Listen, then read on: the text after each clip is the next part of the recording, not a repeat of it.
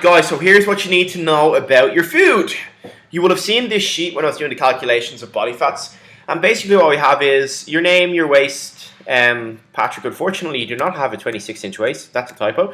You have your various body weight and site measurements. And these site measurements are what really matter because that's how much body fat you have. And once these numbers trend down, that's what we're after.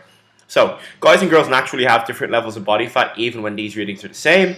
So we have two calculations. And we've got the guys here. So in this case, we've got a reading of 18.4 kilos of fat or 22% body fat. So what you want to do is go and look at calories and timeline. When we're doing this sort of stuff, what usually you can expect to see is between 3 and 5 kilo and 3 to 5% weight drop over the course of the 4 weeks of training.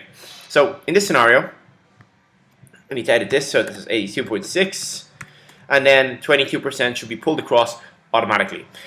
So you get your calorie targets. So these are just some top level information. Calorie targets, daily calories, daily protein, daily carbs, daily fats. And then we've got body comp goals, so body composition. The goal for everybody initially is to get 15% body fat because when you're there, you start to really look in shape. That's the minimum standard we're aiming for. So your lean body mass will be calculated in this formula and populated across automatically. So we set the spreadsheet up to do all this for you so you don't need to worry about it. You've got 5 kilos in this situation to lose, or 4.64. If you do it right and you go really hard over 28 days, that's completely achievable. The problem is it becomes a long-term sustainability thing. So as a long-term, if you're taking a slow and steady approach, we look for like 0.75% body fat per week, which comes in at about 0.5 kilos per week, or in that situation, like 9 weeks. So doing it this way, where we're trying to do it fast and hard, you drop it off, and then you've got to make sure you stick to these calorie ranges for a couple of weeks afterwards, so you don't rebound up again. But anyway, that's the overview of why we do what we do. So this becomes your goal, and if you're doing this and you're on track, you're laughing. You could ignore all of this though and just go to sample menu at the end. So in this instance, we're looking at an 82.5 kilo guy. So we got a sample menu, and we're saying you probably want to be in the 80 kilo range. So in this situation, that will come out at 63 grams of oats. If you're on Excel, the easiest thing to do is just to hide these columns so you can't see them.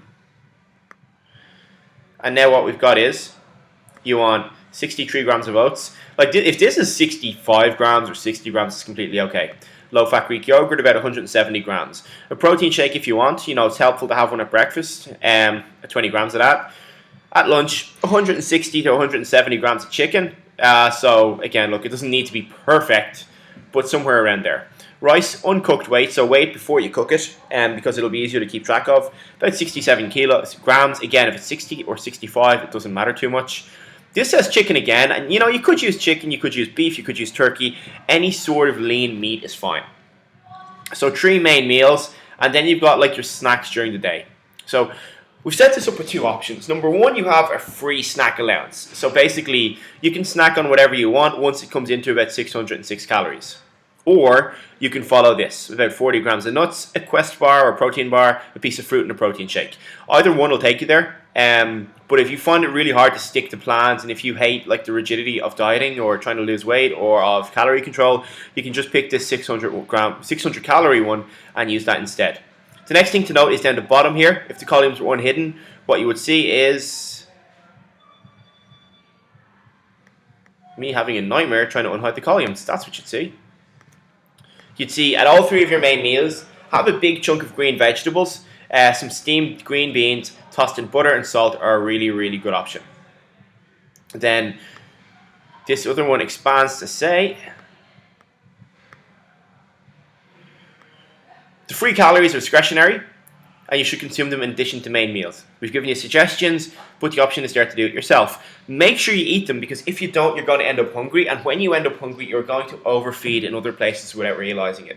So these calories and these guidelines are set up to get you to the point where you want to be and where you need to be from a body weight perspective. So it's not just a crapshoot. There's a very detailed calculation behind this, and as you can probably see, we've spent a bit of time working through this to make it as easy as possible for you. So that's your starting point. Get onto it. If you have any questions, please just hit me up, and we'll be more than happy to help.